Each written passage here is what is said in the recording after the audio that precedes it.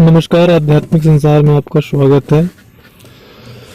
हमने अपने previous videos में ये बताने का प्रयास किया था कि कुंडलिनी ध्यान योग साधना में जब साधक का ब्रह्मरंध्र खुलता है, उसकी अनुभव और अनुभूति में और साधक का जो सहस्त्रार चक्र है वह विकसित होने के अनुभव और अनुभूति में क्या डिफरेंट होता है, जो कि ज़्यादातर साधक, मार्गदर्शक या गुरु यह मान लेते हैं कि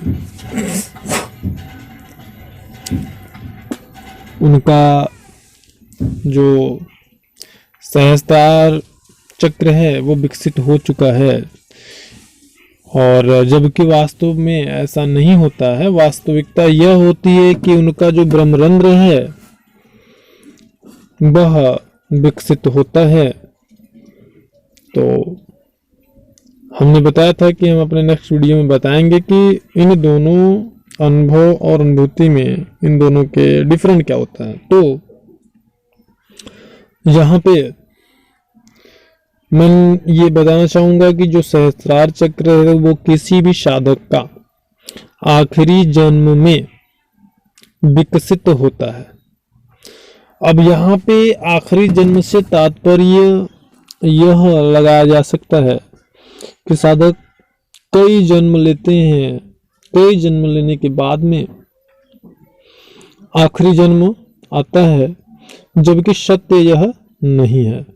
सत्य तो यह है कि जब तक आपके चित्त पे कर्माशय विद्यमान रहेंगे, शेष रहेंगे, तब तक अनंत जन्म आपको लेते रहने होंगे, अनंत जन्म लेते रहेंगे आप, और मृत्यु को प्राप्त होते रहेंगे। जिस भी जन्म में आप आध्यात्म की तरफ मुड़ते हैं, उस जन्म से आपके जो चित्त के कर्माशय होते हैं उनका नष्ट होना, उनका नाश होना शुरू होता है।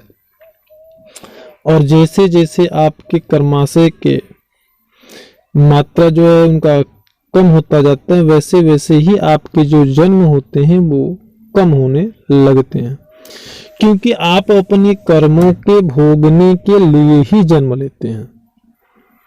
जो कर्माशय आपके चित्त पर स्थित होते हैं, उन कर्मों को भोग करके कर्मों का नाश करने के लिए ही आपका जन्म होता है। जबकि जीव को सिर्फ मानव योनि में जन्म प्राप्त तभी होता है जब पूर्व जन्म में कुछ उसके अच्छे कर्म हो। और यहाँ पे मजे की बात यह है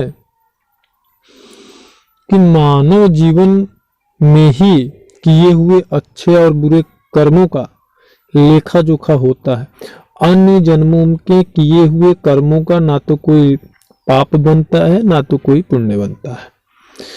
अब जैसे जो मांसाहारी पशु हैं, सिंह, बाघ इत्यादि, इनके जो जन्म होते हैं, इनके जो कर्म होते हैं, उनका कोई पाप या पुण्य का लेखा जोखा नहीं होता है, क्योंकि वो उस योनि में ऐसे कर्म कर ही नहीं सकते हैं कि अपने कर्माशय पे स्थित कर्मों को नष्ट कर सके, चित्त पे स्थित कर्माशय को नष्ट कर सके। और उनकी प्रवृत्ति, उनकी प्रकृति ही यही होती है। माता प्रकृति के द्वारा उनकी संरचना ही ऐसी बनाई जाती है कि वो अपने भरण पोषण के लिए अन्य जीवों को मार के खाते हैं।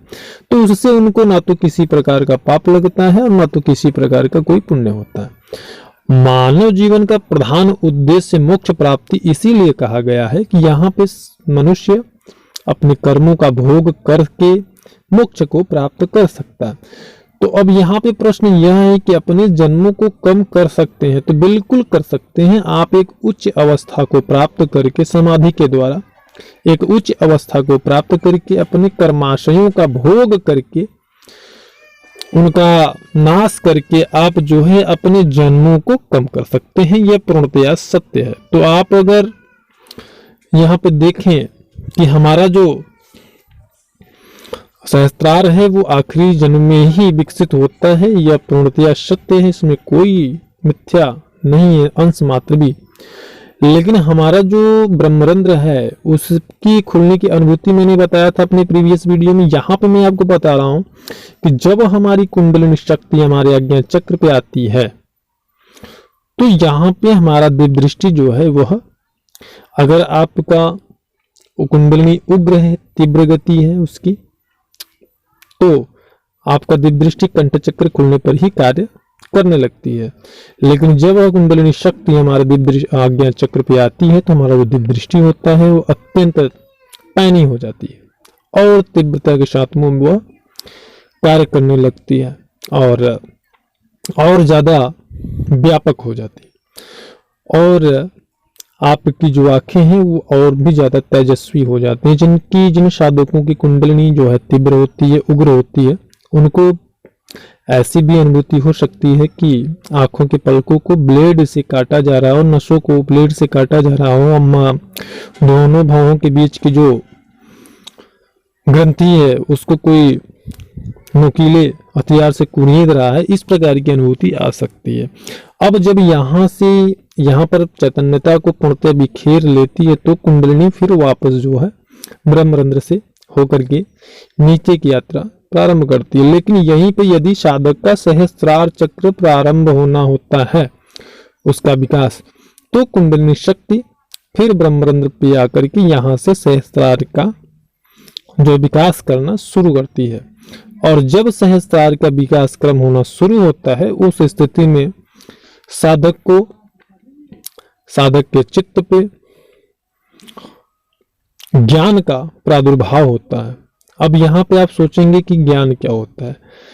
वर्तमान में जैसे कंप्यूटर होता है जिस पर हम कोई भी प्रश्न डाल करके नेट से उसकी जानकारी प्राप्त कर सकते हैं, गूगल, उसी तरह आप ज्ञान को गूगल ही समझ सकते हैं। साधक ज्ञान के द्वारा अति सूक्ष्म और गोपनीय जानकारियों को प्राप्त कर लेता है।